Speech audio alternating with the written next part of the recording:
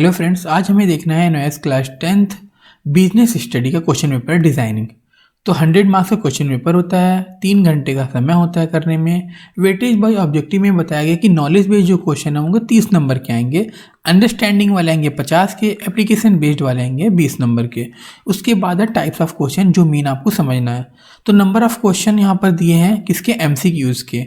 वो 9 क्वेश्चन आएंगे, 1 number each. यहाँ पर उल्टा लिख दिया गया है तो आप समझ सकते हो, उल्टा लिखा हुआ है।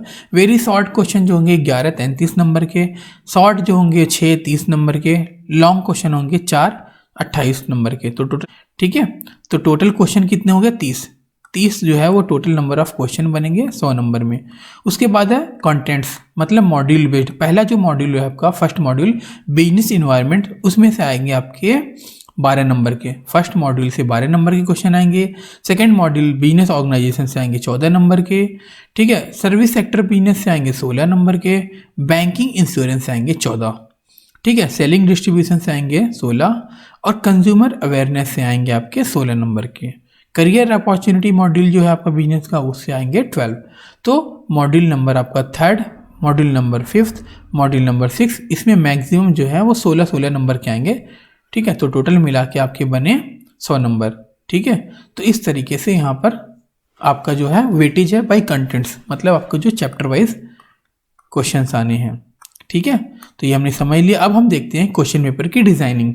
जो आपका क्वेश्चन पेपर आएगा आपके एग्ज़ाम में, वो कैसा है, डिज़ाइनिंग कैसी है, वो देखते हैं। उसके बाद हम फिर एक सैम्पल पेपर देखेंगे और फिर उसका मार्किंग स्कीम देखेंगे कि आपको कैसे आंसर्स लिखने हैं। मतलब अगर 1 नंबर 2 नंबर 3 नंबर या 5 नंबर 7 नंबर है तो कितने वर्ड में आपको आंसर्स लिखने हैं। ठीक है, तो देखते हैं पहले क्वेश्चन पेपर, उसके बाद देखेंगे हम सैम्पल पेपर। तो ठीक है, आपका क्वेश्चन पेपर इस तरह से आएगा, जिसमें सबसे ऊपर लिखा होगा this question paper consist of 30 questions.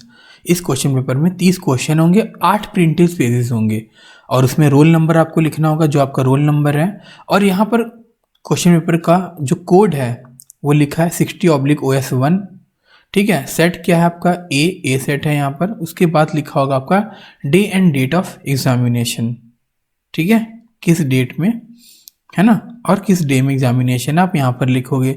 Signature of invigilator होगा, अगर 2 इन्विजिलेटर हैं तो दोनों के सिग्नेचर यहाँ पर होंगे, अगर एक है तो एक का ही होगा। उसके बाद जनरल इंस्ट्रक्शन लिखा हुआ है। जनरल इंस्ट्रक्शन में लिखा हुआ कि आपका जो रोल नंबर है वो क्वेश्चन पेपर के ऊपर लिखना है। तो क्वेश्चन पेपर यहाँ है, आपको ये लिखना है यहाँ पर।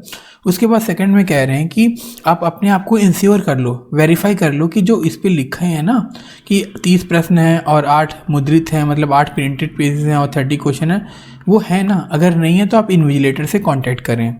ठीक है, उसके बाद इन्होंने कहा कि MCQs जो हैं, MCQs के आंसर्स लिखने हैं, कैसे लिखने होते हैं वो हम आगे देख लेंगे। उसके बाद 4th क्वेश्चन में कह रहे हैं कि जो आपको टाइम पीरियड मतलब है, उस टाइम पीरियड में क्वेश्चन को सॉल्व करना है।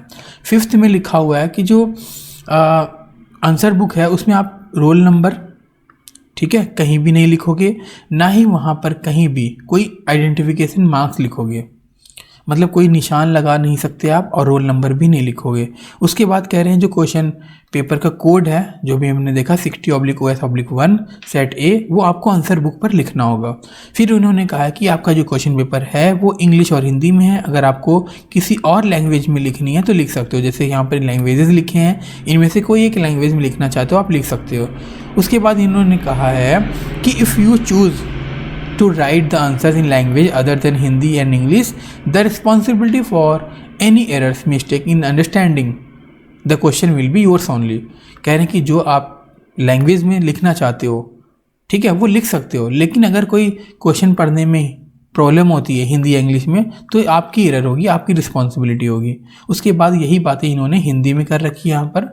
आपको वीडियो को पॉज करके पढ़ना है तो पढ़ सकते हैं। आगे चलते हैं। तो ये आपका क्वेश्चन पेपर यहाँ से स्टार्ट होता है। सबसे पहले लिखा होगा बिजनेस स्टडीज़, व्यावसायिक अध्ययन, जो कि हिंदी में कहते हैं 215। 3 घंटे का पेपर है, 100 नंबर का आएगा। सारे क्वेश्चन कंपलसरी है, ठीक है, और उसके सामने आपके नंबर्स लिखे हैं, ये बताए गए हैं। उसके बाद देखो यहाँ पर पहला क्वेश्चन है, the head of the joint Hindu family business is known as, ठीक है, किस नाम से। अगर आपको इसका आंसर है तो आप लिख सकते हैं। कैसे लिखोगे आप आंसर, पहले का अगर ए पार्ट सही है तो ए लिखोगे, ठीक है। उसके बाद क्या है, प्रोप्रिएटर, तो यहाँ पर आप प्रोप्रिएटर लिख लोगे।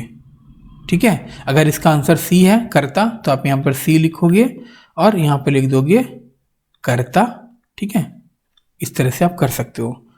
ठीक है, बाकी आपने पढ़ा, आप कर सकते हो। उसके बाद सेकंड क्वेश्चन, थर्ड क्वेश्चन, ये सारे आपके आ जाएंगे। ठीक है, चलो आगे चलते हैं। ये सारे एमसीक्यूज वाले क्वेश्चन हैं जो आप देख रहे हो यहाँ पर। बीपीओ का फुल फॉर्म क्या है, बहुत आसान क्वेश्चन पेपर है ये, जो कि आया हुआ था लास्ट ईयर का क्वेश्चन पेपर है ये। ठीक है, 8th 9th, ठीक है, 9 हमारे एमसीक्यूज हो गए। इसके बाद 10th एमसीक्यूज। उसके बाद आपके 11th जो क्वेश्चन है आपका, 11th क्वेश्चन आप 3 मार्क्स का है। आपको यहाँ पर क्या लिखना है, डिफ्रेंशिएट करना है। उसके बाद 12 क्वेश्चन हो गया, 13 14 15 16 से आपके 4 मार्क्स इस क्वेश्चन आ गए। फिर 17 18 19 20, 20 के बाद आपका 21st जो क्वेश्चन है वो 5 मार्क्स ईच आ गया। 22 23 24 25, ठीक है, एंड 26 आ गया आपका 6 मार्क्स वाले, 27 28 29 एंड 30। तो 30 क्वेश्चन आपकी ये हो गए। तो ये आपका क्वेश्चन पेपर है जो कि आपको same as it is question paper आपका आएगा। अब हम एक सैंपल पर करते हैं और उसका आंसर देखेंगे। आंसर में मार्किंग स्कीम देखेंगे कि आपको किस तरह से आंसर्स लिखने हैं। 6 नंबर का है तो कितने वर्ड में आप आंसर लिखो। ठीक है, 1 मार्क्स में है, 2 मार्क्स में है, 3 मार्क्स में, तो कितने आप शब्दों में लिखो, कितने वर्ड्स में लिखो, वो हम देखते हैं। ठीक है, तो ये आपका सैम्पल पेपर है, 3 hours 100 मार्क्स का क्वेश्चन है। ये तो हमने देख रखा था। पहला क्वेश्चन आपका देखो ये 1 नंबर का है, दूसरा क्वेश्चन, तीसरा ये हो गया, चौथा, पांचवा, ठीक है, उसके बाद 6 7 8 9, ठीक है, उसके बाद 10वां क्वेश्चन 3 नंबर का हो गया, 11वां 3 नंबर, 3 नंबर के सारे क्वेश्चन हो गए। ठीक है, 17 तक, 17 तक, उसके बाद 18 19 20 तक हो गया आपके 3 मार्क्स वाले। उसके बाद 21 से आपके आगे 5 मार्क्स ईच क्वेश्चन। ठीक है, कहाँ तक, 26 तक। उसके बाद 27 28 29 30, 7 मार्क्स ईच क्वेश्चन है। ठीक है, अब हम इसके आंसर देखते हैं। अभी आपके आंसर्स हैं यहाँ पर, जिसकी वैल्यू भी सामने लिखी है कि 1 मार्क्स ईच है। ठीक है, उसके बाद 10th क्वेश्चन का देख लो यहाँ पर आंसर, 11th का, 12th का, 13 14 15, इस तरह से आपको आंसर्स लिखने हैं। ठीक है, हाँ, थोड़ा ज़्यादा लिखना है तो थोड़ा ज़्यादा भी लिख सकते हो आप, जितनी अंडरस्टैंडिंग हुई है आपकी। ठीक है, तो ये सारे मार्किंग स्कीम है इसके। अगर आपने यस लिख दिया तो उसका 1 नंबर, ठीक है, बिकॉज रीज़न दे दोगे तो उसके भी मार्क्स आपके 2 मार्क्स ऐड हो जाएंगे। तो टोटल कितने का हो गया, 3। यस लिखने का 1 नंबर मिल गया आपको। उसके बाद रीज़न दे दिया तो 2 नंबर और, तो 3 नंबर का हो गया आपका ये। इस तरह 21 22 23 ये सारे आपको यहाँ से वीडियो को पॉज करके देख सकते हैं। अच्छा, इसकी PDF चाहिए तो डिस्क्रिप्शन के जो डिस्क्रिप्शन है वहाँ पर लिंक है, लिंक इस PDF का है, डाउनलोड कर सकते हो आप वहाँ से। ठीक है, तो आप मार्किंग स्कीम देख सकते हो यहाँ पर कैसे दे रखा है इन्होंने। ये आपके NIOS का ही है, NIOS बोर्ड वालों ने ही रिलीज़ किया है ये PDF, जिसको मैं डाउनलोड करके आप डाउनलोड करके आपको एक्सप्लेन कर रहा हूँ। ठीक है, 7 मार्क्स वाले क्वेश्चन है आपके ये। ठीक है, ये आपके 30 क्वेश्चन कंप्लीट हो गए। ठीक है, तो लिंक में मतलब डिस्क्रिप्शन में जाके आप सारी वीडियोस को PDF को डाउनलोड करके सेल्फ स्टडी कर सकते हो। ठीक है, फिर मिलेंगे नेक्स्ट क्वेश्चन पेपर में।